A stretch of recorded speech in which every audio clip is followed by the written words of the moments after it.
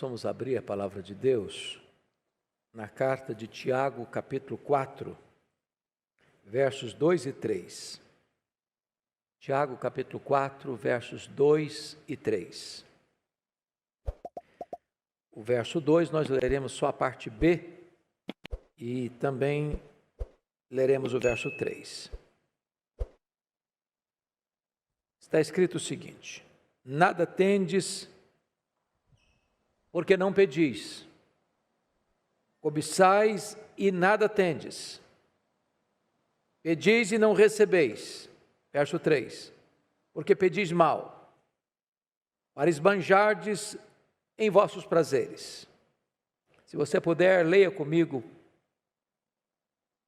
verso 2, parte B e verso 3, vamos juntos? Nada tendes, porque não pedis, pedis e não recebeis, porque pedis mal, para esbanjardes em vossos prazeres.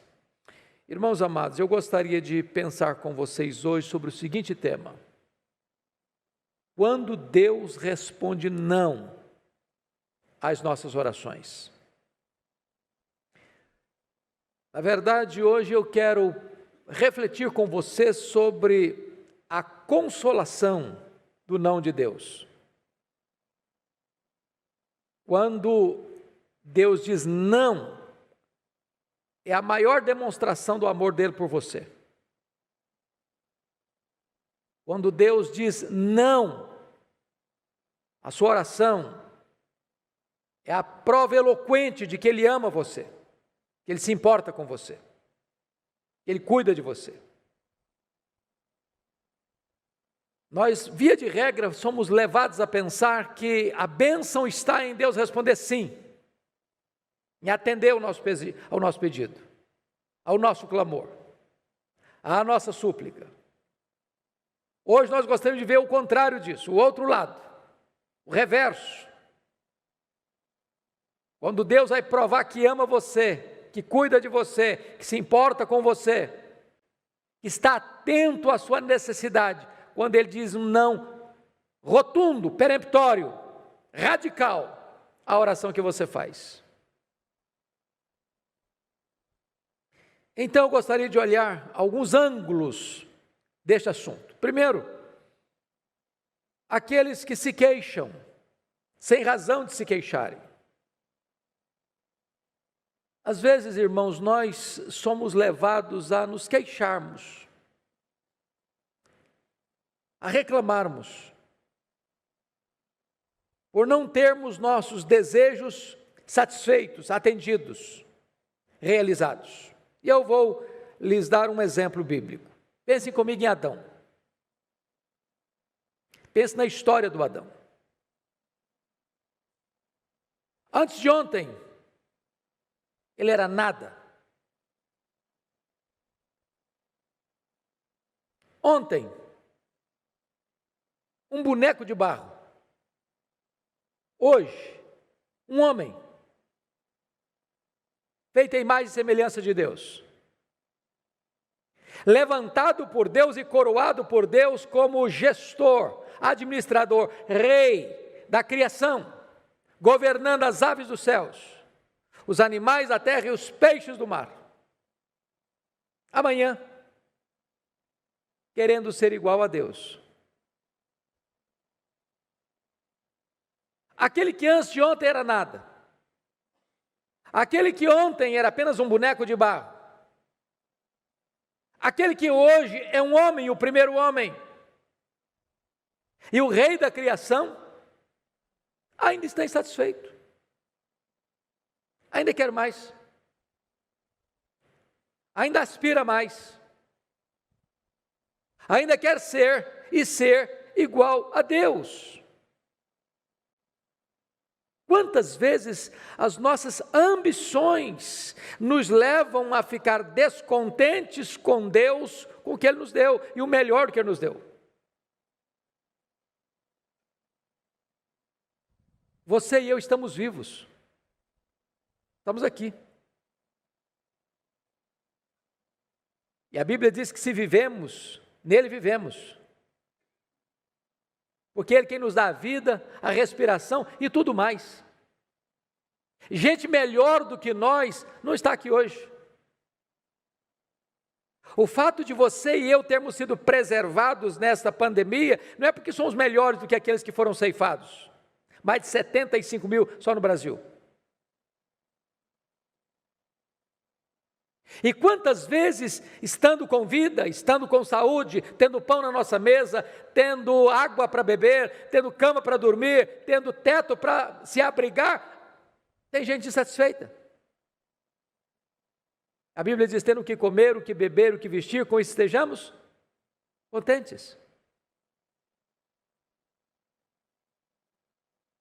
Lá em 2 Samuel, capítulo 7, verso 8, há um verso muito interessante, quando Deus fala do testemunho de Davi, e Deus diz assim, tomei-te da malhada, de trás das ovelhas, para que fosses príncipe sobre o meu povo, sobre Israel.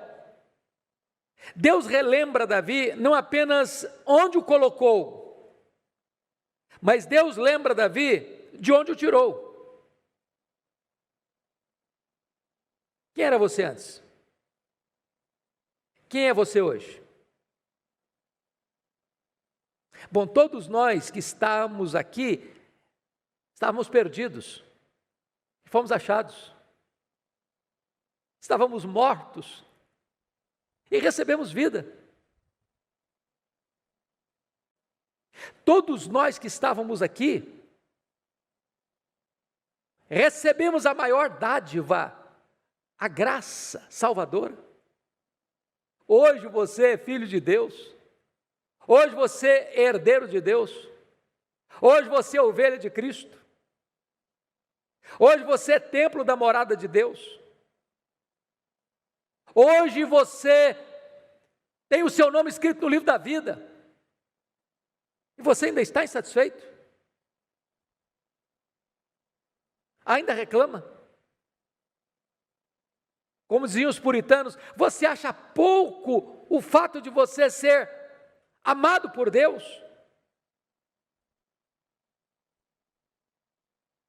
Quando eu olho para a Escritura, eu vejo os dois filhos de Zebedeu, Tiago e João, desejando lugar de proeminência no reino. Ontem, lavando redes e consertando redes. Hoje, apóstolos do Senhor Jesus Cristo, mas querendo mais, querendo ser maior que os outros. Jesus estava mergulhado na sombra da cruz e eles estavam aspirando poder e projeção. Quantas vezes, queridos, nós também somos assim? Pedis e não recebeis, porque te pedis mal. Às vezes pedimos para nossa própria vaidade, fruto da nossa própria soberba, ou da nossa ganância, aspirando coisas elevadas demais para nós, para que o nosso nome apareça, para que a nossa glória resplandeça, e não a glória de Deus. E Deus é tão bom com você e comigo, que esses pedidos insensatos não são ouvidos, no sentido de serem deferidos, conforme nós os endereçamos aos céus. Mas vejam comigo, um segundo aspecto, os que pedem, sem saber o que pedem. E eu gostaria de trazer aqui à sua memória esclarecida alguns exemplos. Para mim, uma das coisas mais incríveis foi o pedido de Raquel. Eu acabei, com a graça de Deus, nesse período da quarentena, o meu comentário expositivo de Gênesis, me dedicando diariamente a estudar este livro. E quando cheguei no capítulo 30, versículo 1, me impressionou muito, porque Jacó teve uma família disfuncional, você sabe disso. Não por culpa dele, curiosamente, mas por culpa do sogro. Porque ele trabalhou 7 anos por amor a Raquel, e ele não tinha outra intenção de ter outra mulher a não ser Raquel.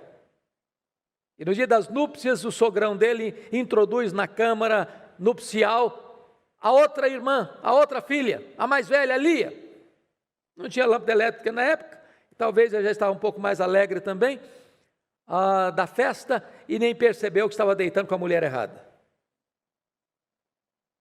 Isso levou a Jacó a ter uma família poligâmica, porque além de Lia e Raquel, vieram mais 2 servas, e ele teve relação com 4 mulheres e filhos com as 4 mulheres.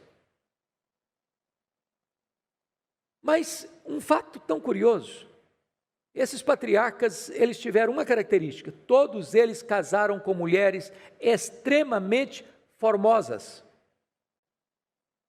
Eles eram antigos, mas tolos não. Mas curiosamente, todas elas estéreis. Sara estéril, Rebeca estéril, Raquel estéril.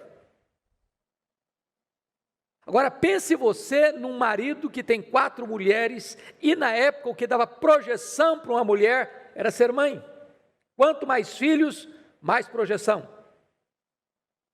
A Lia tinha os filhos de Jacó, a Raquel tinha o coração de Jacó, mas não tinha filhos. E a alma dela ia adoecendo, o tempo ia passando. E diz a Bíblia, lá no capítulo 30, verso 1, que um dia ela chegou para o Jacó e fez o seguinte pedido: dá-me filhos, senão eu morrerei. A única hora que a Bíblia fala que o Jacó ficou irritado com a Raquel foi nessa hora. E ele argumenta de maneira insofismável: você está me fazendo um pedido descabido? Eu não tenho esse poder de dar filhos a você, uma vez que você é estéril. Naquela época não tinha recursos da medicina para tratar esterilidade. Ele diz: só Deus pode fazer isso. Agora, notem comigo o pedido dela: dá-me filhos, não filho, filhos, senão eu morrerei. E aí, no tempo oportuno de Deus, Deus abriu a sua madre, ela concebeu e deu à luz um filho, e pôs o nome dele de José. E o significado de José é: eu quero um outro filho, mais um filho, que venha mais um. Agora, no exato momento em que o pedido dela foi atendido, ela quer filhos, ela morre no parto do segundo filho.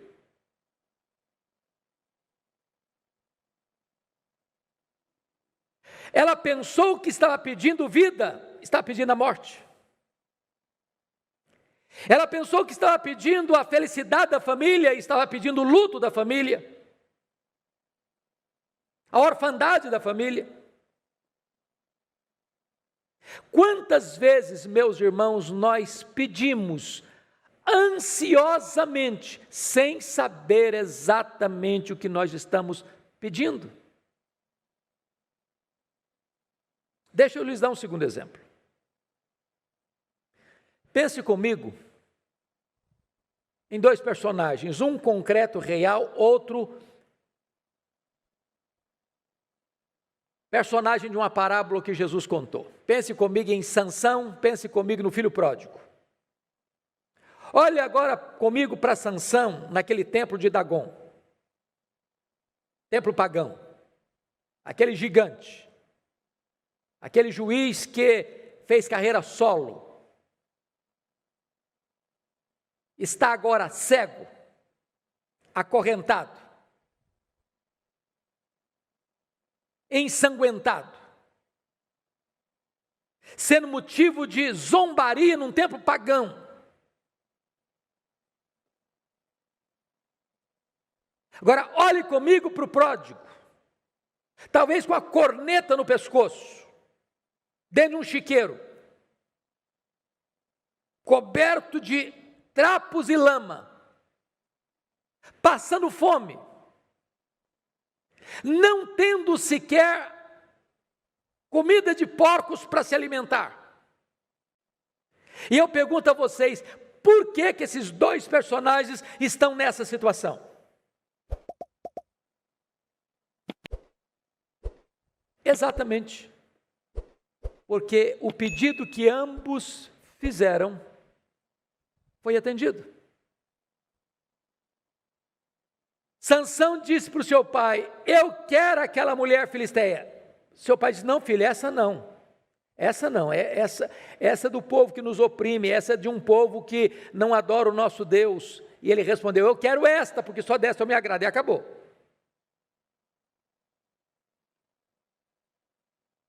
Naquela conversa assim bem informal, que a moça ora, ou o rapaz ora para namorar uma moça para casar com o Senhor, meu Deus, me dá uma moça para casar, mas desde que seja Maria, Senhor.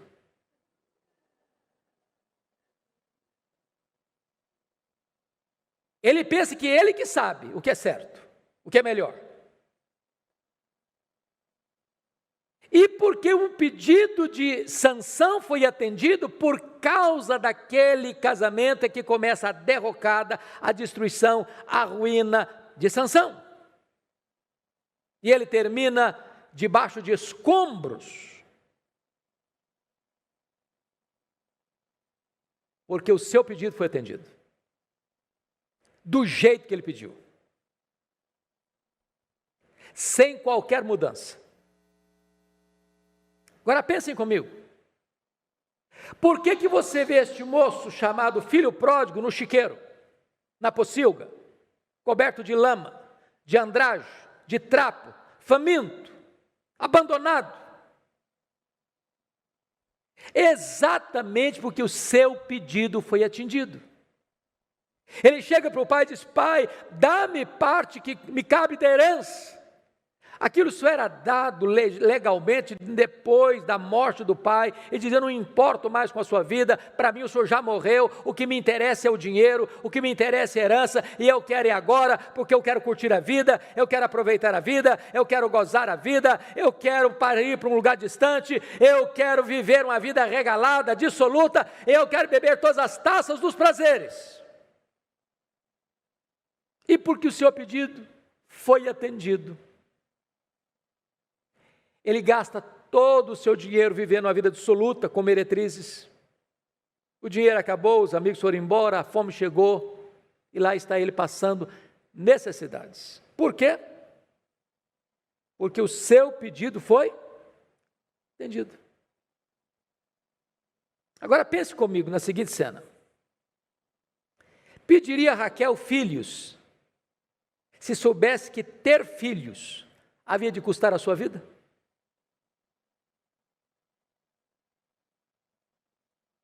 Pense comigo. Será que Sansão pediria àquela mulher filisteia, se soubesse que casar-se com aquela mulher filisteia seria a sua ruína, a tragédia da sua história? Pediria o filho pródigo a herança antecipada, se soubesse que ele gastaria toda a herança, vivendo a vida dissoluta e terminando essa jornada num chiqueiro, sozinho, com fome?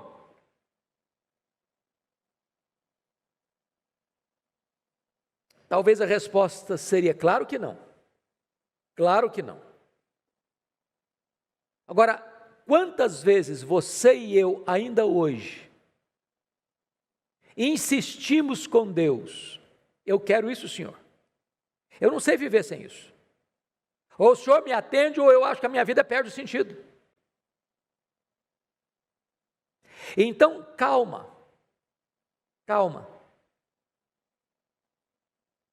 porque se Deus está lhe dizendo não, é porque Ele prova que Ele ama você, Ele cuida de você. Não lute para ter aquilo que Deus está dizendo não, porque você não enxerga na curva, você não enxerga no escuro, você não está lá no final da linha. Deus está lá. Deus enxerga no escuro, Deus enxerga na curva. O não de Deus é a maior demonstração do amor de Deus por você e por mim, muitas vezes. Mas vamos ver o último ponto desta breve meditação com vocês.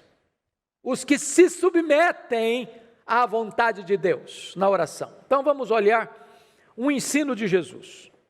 Lá no Sermão do Monte, Jesus disse: pedi, dar-se-vos-á. E para maior confirmação desta promessa, o Senhor acrescenta: pois todo o que pede, recebe. Agora vamos entender o que Jesus está dizendo aqui. Pedi e dar-se-vos-á. Porque todo o que pede, recebe. Isso é o que ele disse. Agora, vamos ver o que ele não disse. Ele não disse assim: todo o que pede, recebe o que pede. Está escrito isso? Não. Está escrito que todo o que pede, recebe. Mas não está escrito que todo o que pede, recebe o que pede. E por que não? É porque você e eu, muitas vezes, pedimos pedra, serpente, escorpião, pensando que estamos pedindo pão, peixe e ovo. A nossa leitura não é clara, a nossa percepção não é apurada, o nosso entendimento é limitado. E Jesus Cristo disse: se vós que sois mau, sabeis dar boas dádivas aos vossos filhos, quanto mais o vosso Pai Celeste. Que pai que o filho pede para ele um pão, o pai dá uma pedra? Que pai que o filho pede para ele um peixe, lhe dá uma cobra? Que pai que o filho pede para ele um ovo, lhe dá um escorpião? Mas nós tantas vezes pedimos pedra, pedimos serpente, pedimos escorpião. Pedimos aquilo que a gente pensa que vai ser alimento para nós e vai ser veneno. Pensando que vamos ter a razão da vida e encontraremos a morte. Então, se Deus está lhe dizendo não, não insista. Josué Rodrigues, compositor e pastor, tem uma letra que eu gosto muito. Ele diz assim: portas abertas e portas fechadas são a mesma coisa, se abertas ou fechadas por Deus. Quantos de vocês, e eu tenho experiências disso, eu acho que vocês também, de você querer muito alguma coisa, mas muito mesmo, você lutar por aquilo, e a porta foi fechada. Na hora você fica triste, na hora você murmura um pouquinho, na hora você até chora um pouquinho. Depois, lá na frente, você começa a entender que Deus estava lhe dando um livramento. Um livramento. Um livramento.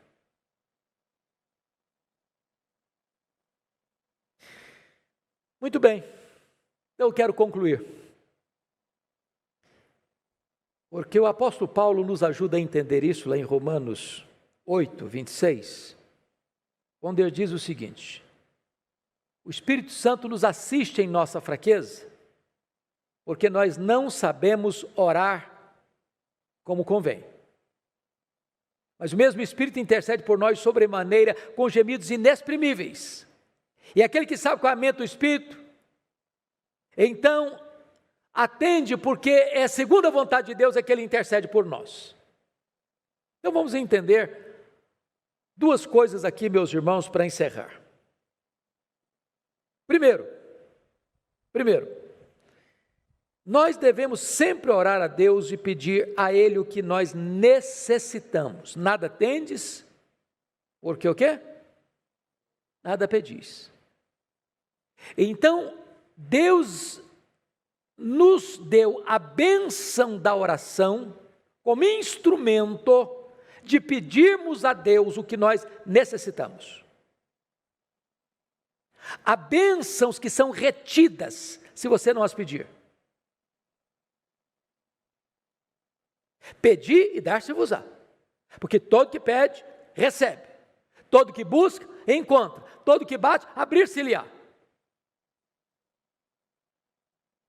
Você pode pedir ao Pai, em nome de Jesus, no poder do Espírito, segundo a vontade de Deus, e Ele vai deferir, Ele vai atender. Você tem necessidade? Apresenta a Deus. Você quer ver a bênção? Coloca diante de Deus. A oração é este maravilhoso instrumento que Deus nos deu. Pedir, insistir, bater. E Deus está prometendo, eu vou dar. Mas o segundo aspecto, irmãos, e esse é o foco da nossa palavra hoje, é que nós devemos sempre nos alegrar quando Deus responde não às nossas orações. Porque nós não sabemos orar como convém. Porque eu nem sei o que é melhor para mim.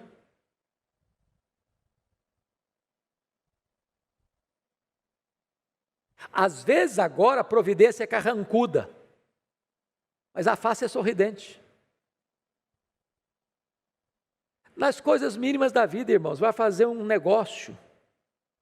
E às vezes, Deus, eu quero a tua orientação, e aí o negócio não acontece, e você fica chateado. Deus está te livrando. Você vai fazer uma parceria, uma aliança, um negócio, onde você vai ter aí um sócio. E de repente a coisa não acontece, e você fica triste. E Deus está te livrando lá na frente. Você começa um namoro, um jovem começa um namoro, o namoro não dá certo. Chora, lamenta, e Deus está livrando lá na frente de uma dor maior, de uma angústia maior, de uma tristeza maior, de uma tragédia.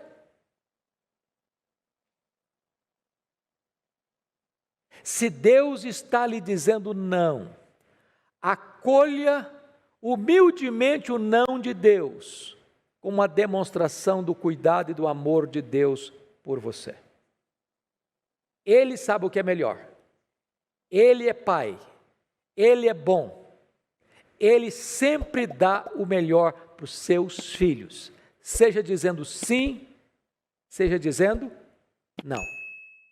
Que Deus nos ajude a entender esta verdade. Amém.